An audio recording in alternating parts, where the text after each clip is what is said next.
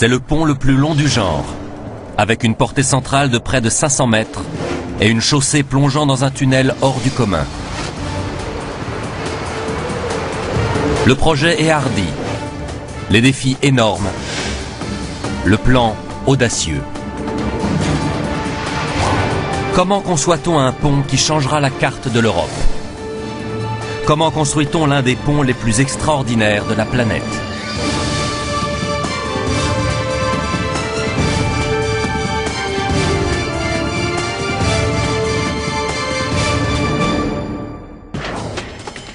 En Europe du Nord, la Baltique communique avec la mer du Nord par un détroit, l'Øresund.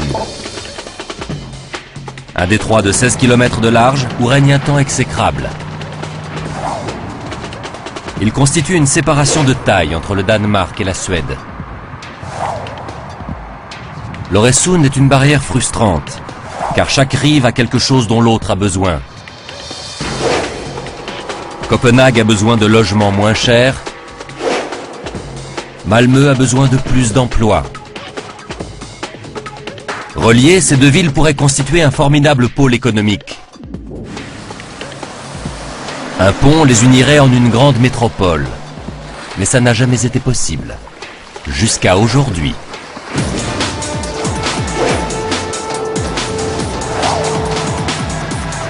Bienvenue sur le pont de l'Øresund. Le plus long pont à haubans du monde, capable de supporter le poids des voitures et celui énorme des trains. 1092 mètres de route et de rails suspendus à 160 câbles.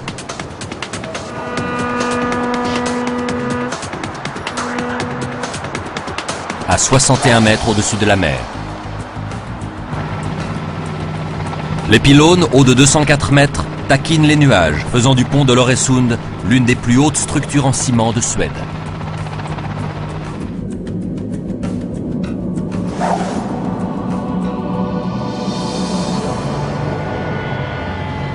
L'équivalent d'un immeuble de bureau de 60 étages. Les débuts officiels de ce projet monumental remontent à 1991, lorsque les Danois et les Suédois acceptent de relier leur pays par un pont. L'accord a été difficile à négocier, mais le plus dur reste à faire. Les sociétés des deux pays doivent former un consortium afin de bâtir le pont ensemble. Premier défi du consortium, trouver le moyen de construire un pont de 16 km de long. D'emblée, il se heurte à un obstacle de taille.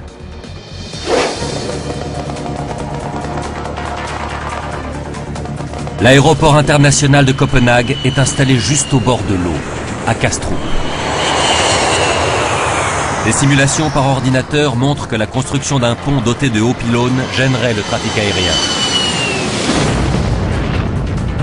Ou pire encore. Un pont bas serait plus sûr pour le trafic aérien, mais il entraverait le passage des bateaux. Ne pouvant construire au-dessus de l'eau, les ingénieurs envisagent de creuser un tunnel immergé de 16 km. Construire un tunnel d'une rive à l'autre aurait été une solution merveilleuse, mais très onéreuse. Nous avons donc opté pour un pont qui se transforme en tunnel à l'approche de l'aéroport. Il aurait été plus simple et moins coûteux de bâtir uniquement un pont.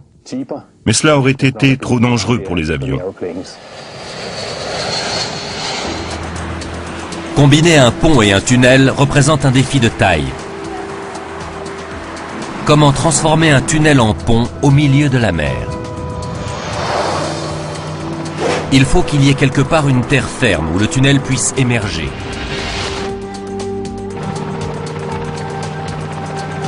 Ils ont besoin d'une île. Ils devront donc en construire une, entièrement. Une fois achevée, elle accroîtra la superficie du Danemark de 1,3 km².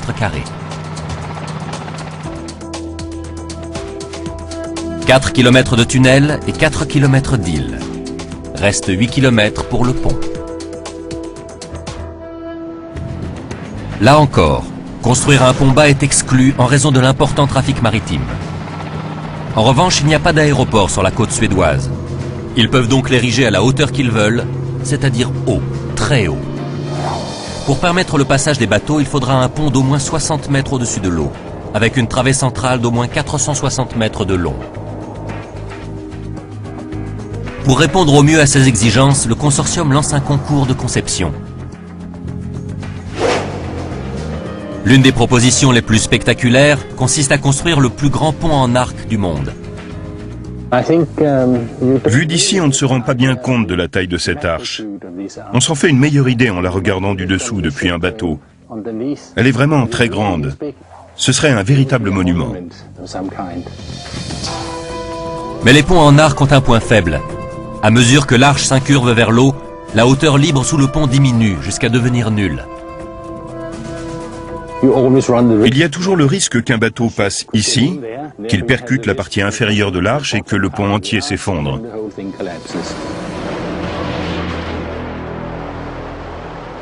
À défaut d'un pont en arc, pourquoi pas un pont suspendu? La technologie des ponts suspendus est celle qui permet d'avoir les plus longues portées.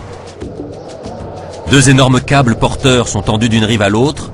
Les suspentes qui y sont accrochées maintiennent la chaussée. Mais le fait de relier des câbles à d'autres câbles rend les ponts suspendus très flexibles. Les trains ne roulent pas bien quand les rails ploient sous leur poids. Le poids des trains est tel que si vous regardez un pont suspendu de côté, vous remarquerez que la voie s'incurve légèrement sur leur passage. Les trains devront constamment grimper une petite pente. Le pont suspendu est exclu. Le pont en arc aussi.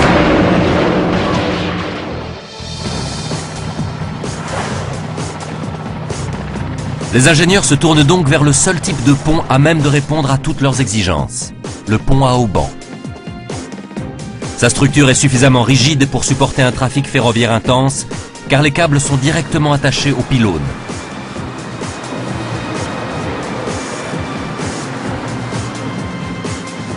Autre avantage, les ponts à haubans sont moins chers à construire que les ponts suspendus.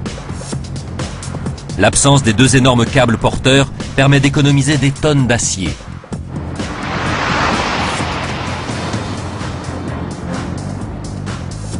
Le projet gagnant, celui qui répond le mieux à toutes les exigences de l'Øresund, est un imposant pont à haubans à 2 niveaux, avec une autoroute à 4 voies au-dessus et une voie ferrée à grande vitesse au-dessous.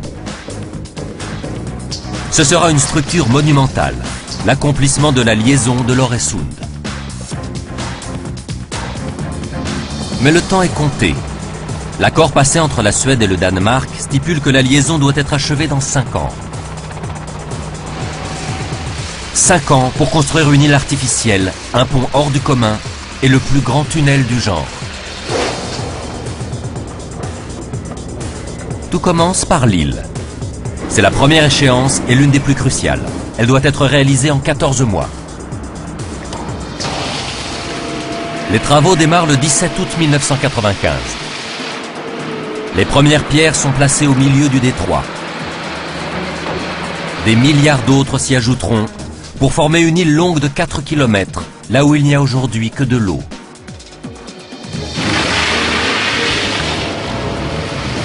Première étape, construire le pourtour. De grandes pierres de carrière sont apportées de Suède. Il en faudra près de 2 millions de tonnes. Chaque jour, 16 barges en acheminent 20 000 tonnes. Afin de tenir les délais, le matériel arrive 7 jours sur 7, 24 heures sur 24. Chaque chargement est soigneusement mis en place à l'aide d'un système GPS. Le périmètre de l'île est de 12 km. Une fois installé, il doit être rempli.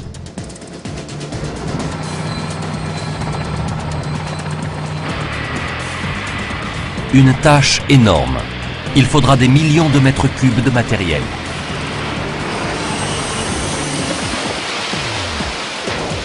Où le Danemark et la Suède peuvent-ils trouver autant de terre? Au fond de la mer. C'est la phase 2, le dragage.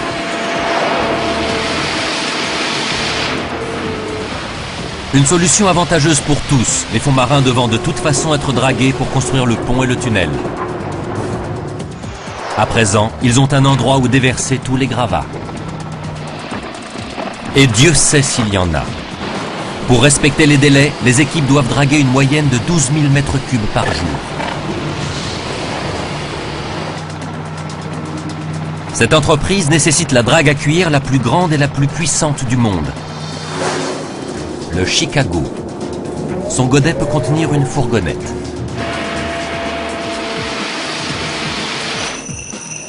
En une seule pelletée, elle peut excaver 22 mètres cubes de fond marin.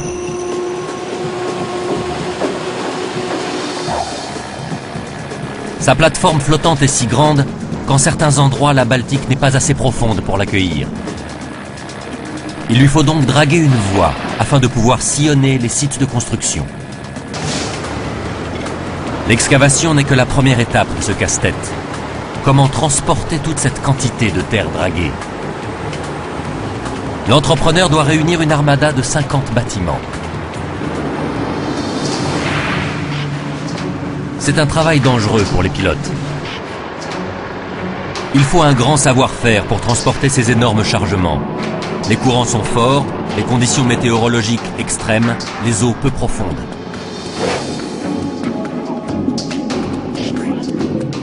Le travail de dragage le plus colossal est le creusement de la tranchée qui accueillera le tunnel immergé. 10 mètres de profondeur, 46 mètres de largeur et 4 km de longueur.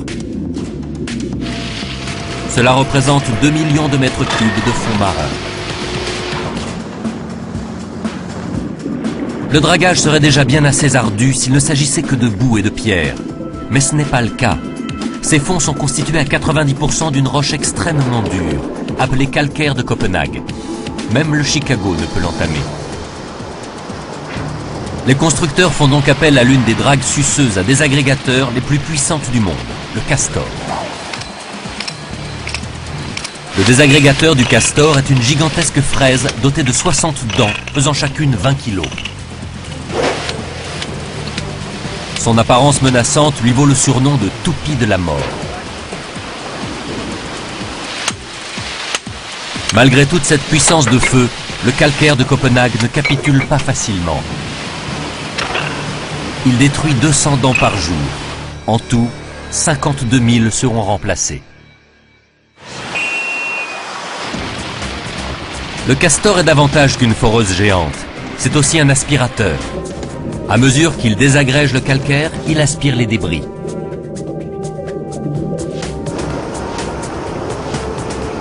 Ensuite, des pompes géantes refoulent les pierres et l'eau jusqu'à l'île, à travers 4 km de pipeline.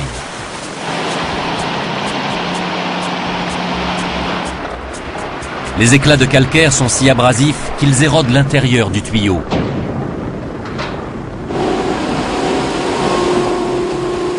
Déplacer une telle quantité de roches et de boue engendre un défi supplémentaire qu'on rencontre rarement ailleurs. Protéger l'environnement. Celui-ci est particulièrement vulnérable dans les eaux peu profondes de l'Øresund. La plus grande menace provient des panaches de débris. Ces nuages peuvent détruire d'immenses bandes d'herbes marines. Une herbe marine qui nourrit et abrite toute la vie marine.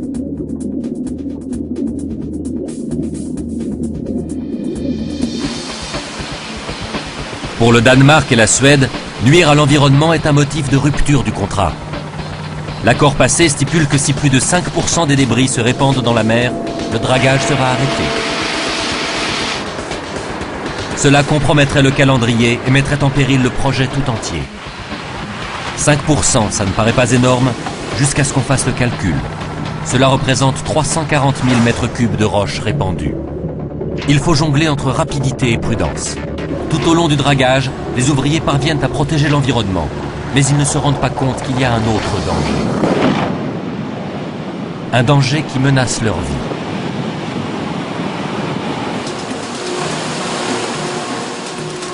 « 30e jour de dragage.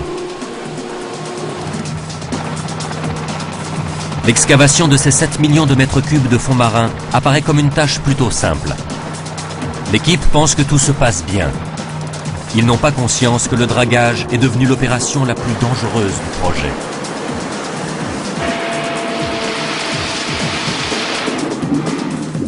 Les ouvriers ignorent qu'ils sont à 2 doigts de la mort. Le Chicago a ramassé par accident un chargement dangereux. Une bombe prête à exploser. Elle est déchargée sur une barge couverte de boue. Personne ne sait qu'elle est là. Mais si quelque chose heurte son détonateur, 36 kilos de TNT souffleront la barge et l'équipage. Comment a-t-elle atterri ici? Remontons 60 ans en arrière. Mai 1945, le Danemark fête la fin de la Seconde Guerre mondiale.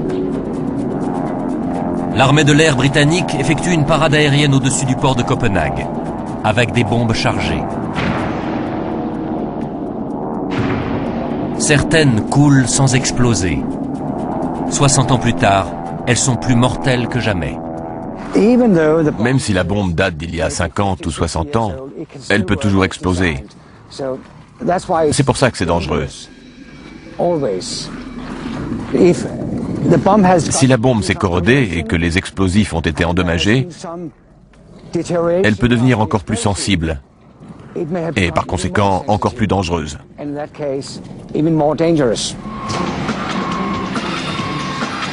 Les chenilles se rapprochent de la bombe. Soudain, juste à temps, un membre de l'équipe de dragage l'aperçoit.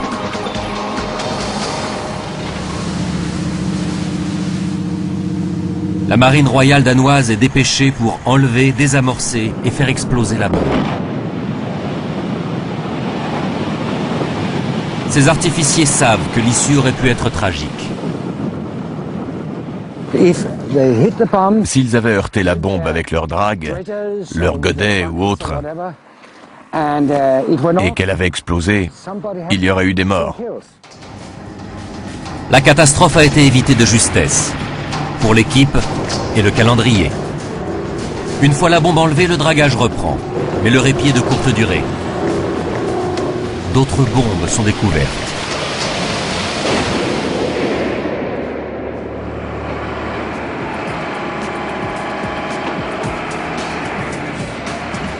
Par chance, personne n'est blessé, mais cela compromet les délais.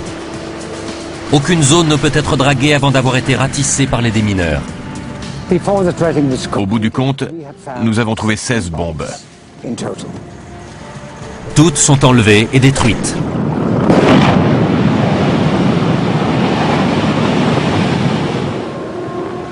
La sécurité prime sur le calendrier. Bien avant que les bombes ne soient découvertes, ou même que le dragage ne commence, les ingénieurs savaient qu'il leur faudrait relever toute une série de défis extrêmement difficiles. Le détroit séparant le Danemark de la Suède fait 16 km de large. Mais le fossé qui existe entre ces deux nations est bien plus important. Ce sont deux pays très dissemblables, avec une langue et une monnaie différentes, et qui ne font quasiment rien de la même façon. Jusqu'aux années 50, les voitures ne roulaient pas du même côté. Et c'est toujours vrai pour les trains. Ils roulent à droite au Danemark et à gauche en Suède. Ils utilisent des voltages électriques différents. Leurs signaux n'ont pas la même signification et leurs fréquences radio sont différentes. Tout ceci n'avait jusqu'à présent aucune importance puisque les deux pays n'étaient pas reliés. C'est un casse-tête qu'il va falloir résoudre avant la mise en service du pont. Les ingénieurs doivent concevoir une pierre de Rosette informatisée pour que les différents ordinateurs des trains puissent communiquer. Ils doivent créer un vocabulaire standardisé pour que tous les opérateurs des trains comprennent les instructions orales. Et ils doivent concevoir un équipement électrique permettant aux trains de passer de 25 000 à 15 000 volts sans cesser de rouler. Ces solutions sont si complexes que chaque nouveau train devra être testé sans passagers avant de pouvoir utiliser la liaison de l'Øresund. Et en cas d'urgence, les équipements de lutte contre les incendies des deux pays ne sont pas compatibles. La meilleure solution, mettre 2 raccords sur chaque bouche d'eau. Chaque petit détail nécessite une collaboration. Les deux pays n'utilisent même pas le même nom pour désigner le détroit. Le mot Øresund est un amalgame des versions danoise